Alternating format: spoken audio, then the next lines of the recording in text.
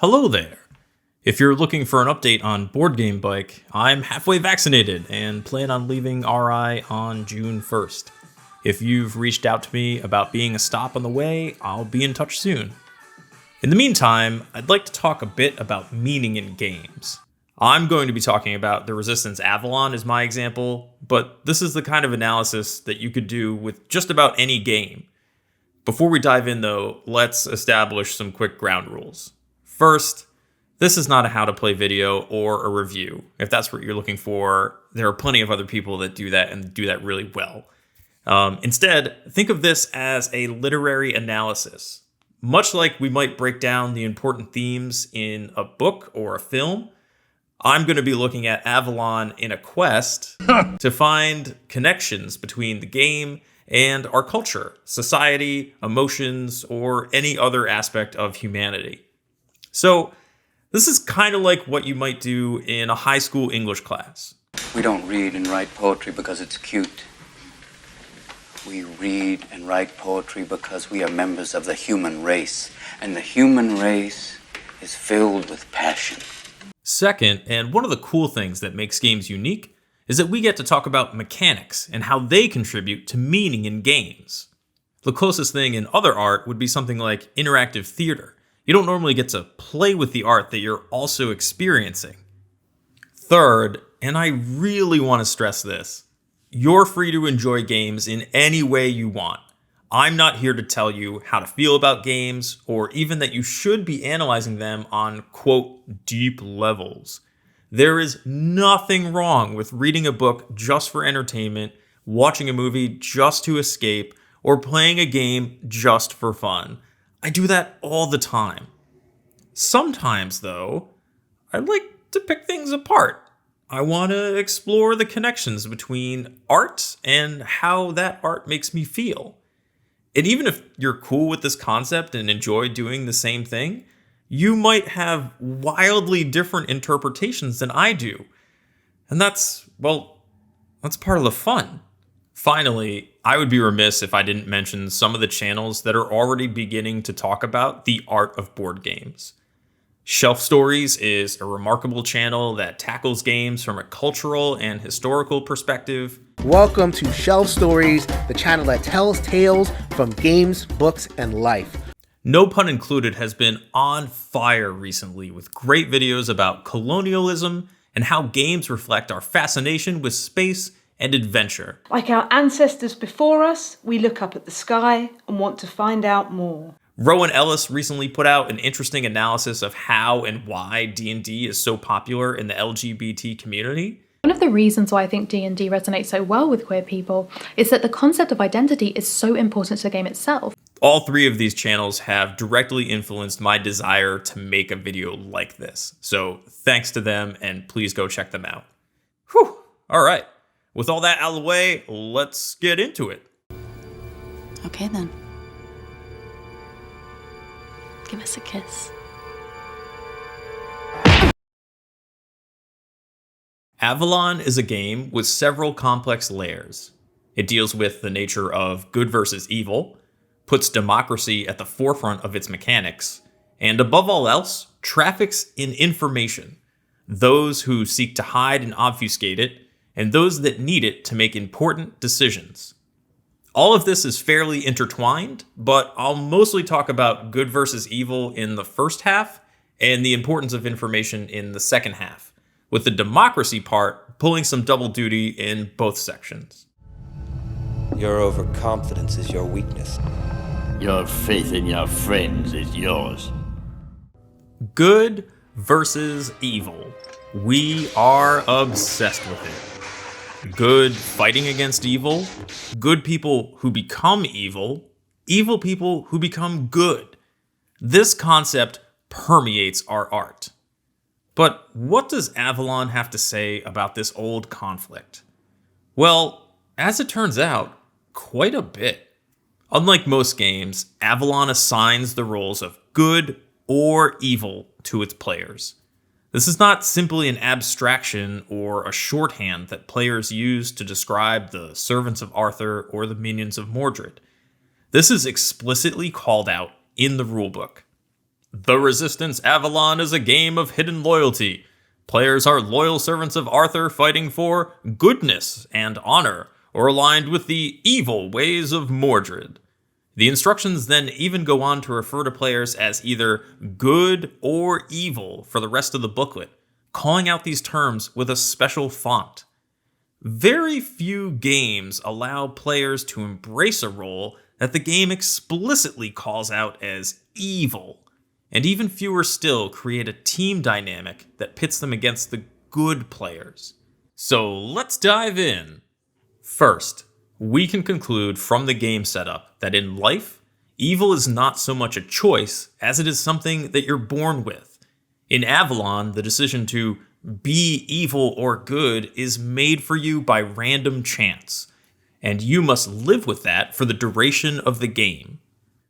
This is one of those classic nature versus nurture arguments, and it's hard not to think that Avalon is coming down on the side that a person's nature, that is, their innate characteristics, their genetics, their alignment card in this case, is the major determining factor in their lives. Conversely, there are other games that tackle good versus evil in such a way that your character starts as a blank slate, and your choices throughout the course of the game push you towards either the light or the dark. Also, as a bit of an aside, it's kind of funny that the evil characters are red and the good characters are blue. And despite there being less red votes, they have a remarkably high degree of control over how the game is played. But that's that's a bit of a stretch. That's kind of a little bit of a stretch. Maybe. But it's not like there's not a whole bunch of other colors they could have chose from. I don't know. Maybe that's just a Star Wars reference. Maybe. Yeah, maybe. Move along. Move along. Move along. Moving right along. Secondly, while both the good and evil factions are concerned with hierarchy, players are either servants of Arthur or minions of Mordred, it's interesting to note that only the evil side represents this mechanically. Yes, Merlin has more information than the rest of Team Good, but that doesn't give Merlin's player more authority over their teammates. On the other hand, the assassin has the final say over what might be the most important decision in the game. Don't get me wrong, this is an elegant game design solution to the problem of Team Evil not being able to come to an agreement. But it's not the only solution, which makes this choice interesting. Is the game saying that evil people are more concerned with hierarchy? That evil is a path that emphasizes the nature of people being either above or below you? That the power of evil is in exercising that control over others? The assassin's power is in contrast to the meat of the game.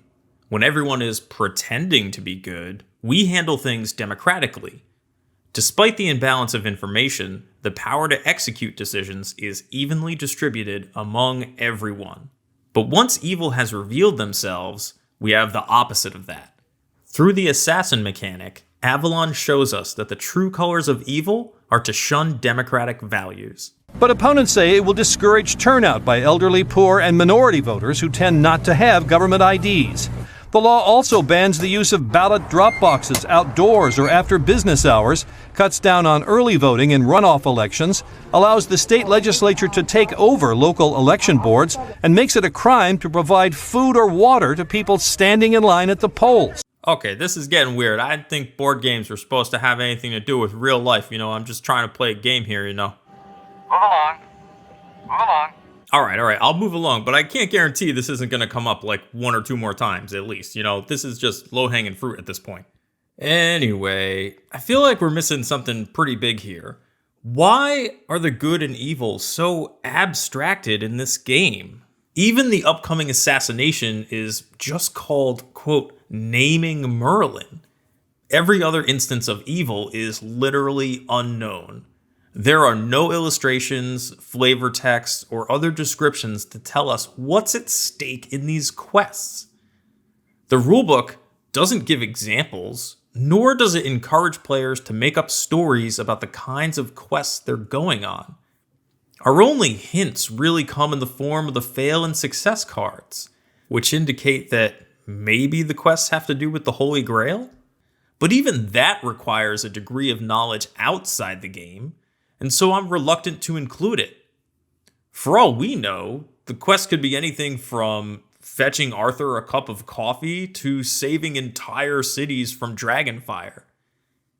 But we don't know. We have no idea. In every way, the quests and the nature of the evil associated with them are many degrees removed from us. This is clearly a deliberate choice. Other games confront us with our misdeeds through images, text, or even mechanical consequences for poor behavior. And yet Avalon, a game that centers around these misdeeds, does not. Instead, it goes out of its way to shield us from our choices, to prevent us from having to engage in the ethical consequences of our actions. In the world of Avalon, we're not faced with the screams or the anguish of the people we hurt. I would contend that this has very real-world connections. The meaning behind these design decisions is that the game recognizes it is far easier to commit atrocities the further removed you are from them. This is demonstrated in the various Milgram experiments. If you're not familiar with the Milgram studies, I'll be as brief as I can. So, psychologists became very interested in the study of obedience after the fall of Nazi Germany. The defense from many former Nazi officials was that they were, quote, just following orders, which many people rejected outright. One such scientist, Stanley Milgram, conducted a set of experiments to measure how much people would follow orders that were morally questionable. In the base experiment, the participant was asked to inflict pain on another person. They would do this by flipping a switch and administering an increasingly dangerous electric shock. This was done under the pretense that the subject was the teacher and the victim was the learner. The teacher had to shock the learner in order to reinforce the lesson, which was just like a series of words they were trying to memorize. The learner, however, was one of the scientists, and he was in on the whole thing, so he wasn't really in any danger. He would react, though, by pleading with the other person to stop, but the participant would be ordered to continue, and many did. Wrong. Answer is neck. 300 volts. Oh! I absolutely refuse to answer anymore. Get me out of here. You can't hold me here. Get me out. Get me out of here. Continue. The next word is green, please. Green. Grass, hat, ink, apple. Even when it appeared that the person receiving the shocks had gone unconscious, or perhaps worse, people still proceeded with their morally questionable actions. Something's happened to that man in there. Nice one, gold, dollar necklace, moon, paint. Something's happened to that man in there. You better check in on him, sir. He won't answer you, nothing. Please continue. Go on, please. You accept all the responsibility? The responsibility is mine, correct. Please go on. Grave, woman, soldier, dog, horse. Answer is woman, 450 volts.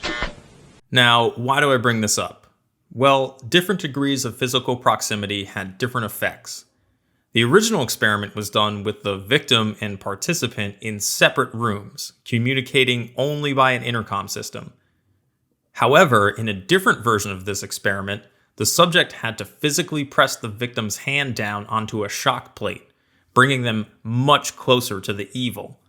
While in the original experiment, 65% of the participants administered potentially deadly shocks, only 30% of them did so in the modified version. In other words, the closer people were to the acts they were committing, the less they were willing to do them. Avalon applies Milgram's lessons in spades.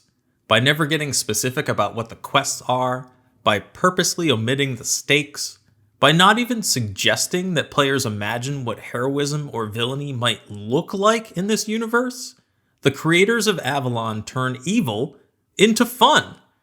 Players are all too eager to follow the orders proposed by the rulebook, that they must commit evil acts to win the game. So, on the nature of good and evil, Avalon reinforces that distancing oneself from evil makes it easier to commit evil acts. But this couldn't have real-world implications, could it? I mean, it's not like there's been some kind of vast cultural shift that's taken place over the last several decades that has allowed us to distance ourselves from other people or, like, reduce our empathy or, well, okay, I guess maybe we should. Anyway, this leads us into the second half of this essay. The power and purpose of information. You're not getting tired, are you? I'm just starting to feel it. At first glance, one could conclude that Avalon is a game about democracy. The voting process is so incredibly vital to this game that to remove it would be to remove the beating heart that makes it alive. Every instance of voting is important, and every individual player's vote matters. As touched on briefly before, while we're all operating under the mechanics of good, we function as a democracy. Only when evil reveals itself is the democratic process stripped away and one person given all the power. But the purpose of democracy in the game has little to do with exercising political agency. If that were the case, then Team Good would simply outvote Team Evil at every turn. No, in this game, democracy is merely a tool to obtain and distribute information. Political agency is irrelevant. There is a clear power structure between the information haves and the information have-nots. Merlin has all the information, but must be careful it doesn't fall into the wrong hands. Evil guards their information like the precious resource it is. And your average everyday person? They are looking for information at every turn. They look at body language, inflection, whether or not someone is speaking more or less than they normally would, and they're looking at votes. They are looking so hard that they often see information where it isn't, drawing terrible conclusions in the process. We can safely say that this regularly plays out in real life, as people misinterpret information, sometimes out of ignorance, and sometimes deliberately for their own selfish gains. Let's put it this way. There is absolutely no collusion. That has been proven. Now the Democrats are politicizing the coronavirus. You know that, right? Coronavirus. This is their new hoax. If you count the legal votes, I easily win. Right. I rise up for myself and 60 of my colleagues to object to the counting of the electoral ballots from Arizona. We will never give up. We will never concede. It doesn't happen. You don't concede when there's theft involved. As with the uncertainty of information in Avalon, it is nearly impossible to tell who is making poor decisions because they are evil and acting in their own self-interest, or those who are good people but have misinterpreted the facts, been manipulated, or otherwise been indoctrinated to a poor way of thinking. To protect the Constitution of the United States against enemies, foreign and domestic! You have to understand it's an IO war. We can't lose the IO war. We're better than that. Information operation. We can't do it. And so, Avalon becomes a game with a very singular thesis. Evil exists, and no matter what specific quest, task, mission, or problem is being dealt with, we can say for certain that it is an evil act to have information that someone else does not, and to then manipulate that disparity for your benefit. Stick around. To infinity and beyond! By this point, you will undoubtedly have noticed that this critique is littered with references to iconic movies and television shows. That is so fetch. Cultural touchstones that connect us, make us laugh or cry, raise us up in triumph, or dash us down in defeat. These are works of art that allow us to feel sacrifice, friendship, redemption, heroism, and revenge. Art that cuts to the very core of our wonder about the universe and our place within it. Well, gee, mister, I don't think board games are art, and you can't tell me they are, because art is subjective, and I don't have to listen. I'm fairly certain I said no interruptions. Jesus Christ. All right, let's do this. So, to use the phrase art is subjective as a way to gatekeep the definition of art is to just completely miss the point of what that phrase means in the first place. Art is subjective is an anti-elitist mantra to remind everyone that you don't need like a fancy degree to interpret art. You have every right to feel however art makes you feel. That's the subjective part, the emotions and the interpretation. But that doesn't change the objective definition of art. To say that this isn't art or this isn't art is like saying that this isn't a professional wrestler and this isn't a chair and this isn't a rock.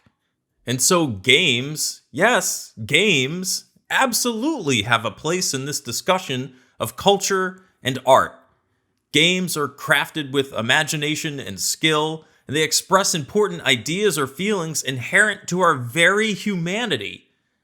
Games can show us that we can transcend our limitations, can shed light on our horrific acts, can challenge our notions of love and relationships, can lay bare the crises we must confront, can give us hope for the future, can seek to tackle our problematic past from new perspectives, and can sometimes hit a little too close to home.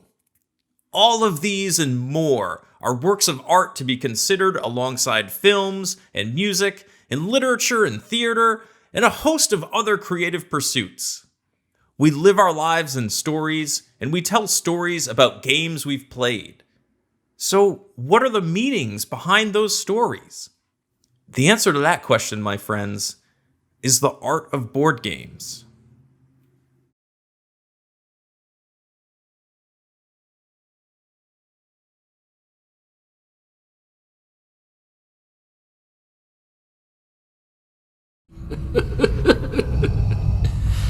Right. Now I'm going to be stuck with serious thoughts all day.